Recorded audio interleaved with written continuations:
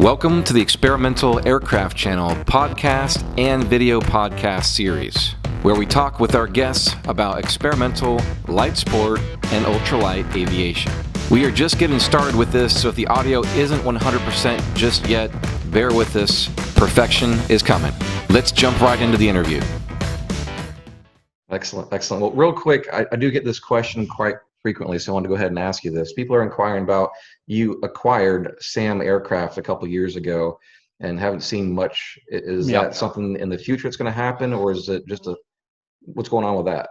Well, and that's a good question, and I hate to admit it, sometimes we ask ourselves that question sometimes as well. But the very premise of why we acquired SAM aircraft hasn't changed at all today.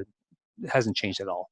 We bought that aircraft for a couple of reasons. Number one, it was entirely designed within SolidWorks. And so, which is what we're doing now. And those of you that work with SolidWorks all the time appreciate why that's important. And those of you on the outside, maybe not quite as much. But again, by designing in SolidWorks, it really gives you the ability to go from the model, from the computer model to manufacturing. It really, in one step, it takes out the 2 or 3 prototype steps that we would typically do previous to that. So it's an aircraft that, even though you're not seeing very much progress in terms of what's happening with it, but we continue to do work on the solid model and can do that. And when we bought the original design and prototype, it was an LSA aircraft, tricycle gear with the Rotax engine, and quite frankly, it was a little bit overweight to be a good LSA. Like a lot, I hate to say it, but a lot of LSAs are a little bit overweight. As the LSA rule continues to evolve and change, there's a lot of talk about increasing the weight and so forth. It may be an LSA again, and a lightweight LSA by the new definition. But we switched it over to the Lycoming 0360 engine, away from the Rotax engine. Not that we don't love the Rotax, but also the Lycoming we just thought was a better suited for the size and weight of that airplane, just a better suited engine for that. Well, also the style of aircraft, right? That's kind of like a fighter looking plane. So you want something that has a certain sound to it as well, right? And absolutely. And you get, like you say, the style of aircraft, it just begs to be a sport aerobatic category type airplane. And that's a thing with the light sport category. It was very lightweight. A lot of emphasis was trying to keep it light, even though it was relatively heavy for the category. It was still a lot of emphasis was on keeping it light, which also limited some of the spar structures for aerobatic capability. And we said, let's put it, let's forget about light sport for now and make it where we can do a loop and a roll with that airplane for the sport pilot, or not sport pilot category, but for the recreational pilot that wants to loop and roll an airplane.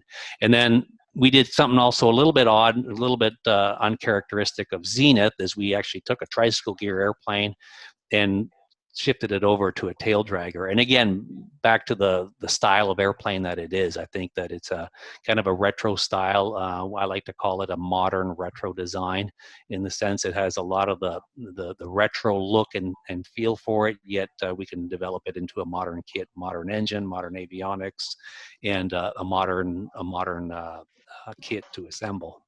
So will that be rolling out anytime soon, or is that still kind of in market research stage? I think we've kind of completed our market research standpoint, which has shown us that there's definitely a market for it. We're a kit manufacturer that, again, we know the business well, and we've been in it for long enough, and we're mature enough that we don't need to come out with a prototype and take deposits to fund our production or anything like that. So we've never accepted any deposits on it, which puts us in a good position, in the sense that there's no pressure to rush it to market.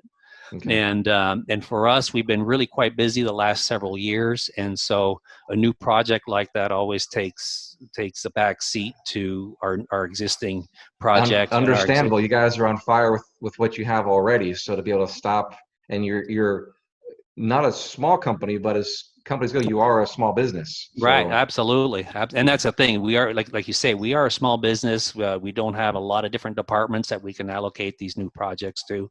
So if we're working on the SAM project, that means we're not working on this project or that project. And so it is a question of priority. The nice thing about having kind of a retro design is it doesn't really go out of style. So which is why when we introduce it, whether it's 2 years from now or 5 years from now, it's still gonna, I think, always have a market for what we introduce. Okay, well, thanks for the update on that, because I've got several inquiries about that, because they think it's Sure. a beautiful design and it has that military-ish look to it and that kind of stuff, right? It's very classic. Right. So thank you for joining us here on the Experimental Aircraft channel for the video podcast and/or podcast. These episodes will be available on YouTube, as well as all the popular podcast platforms. Thanks for watching or listening. We'll catch you next time.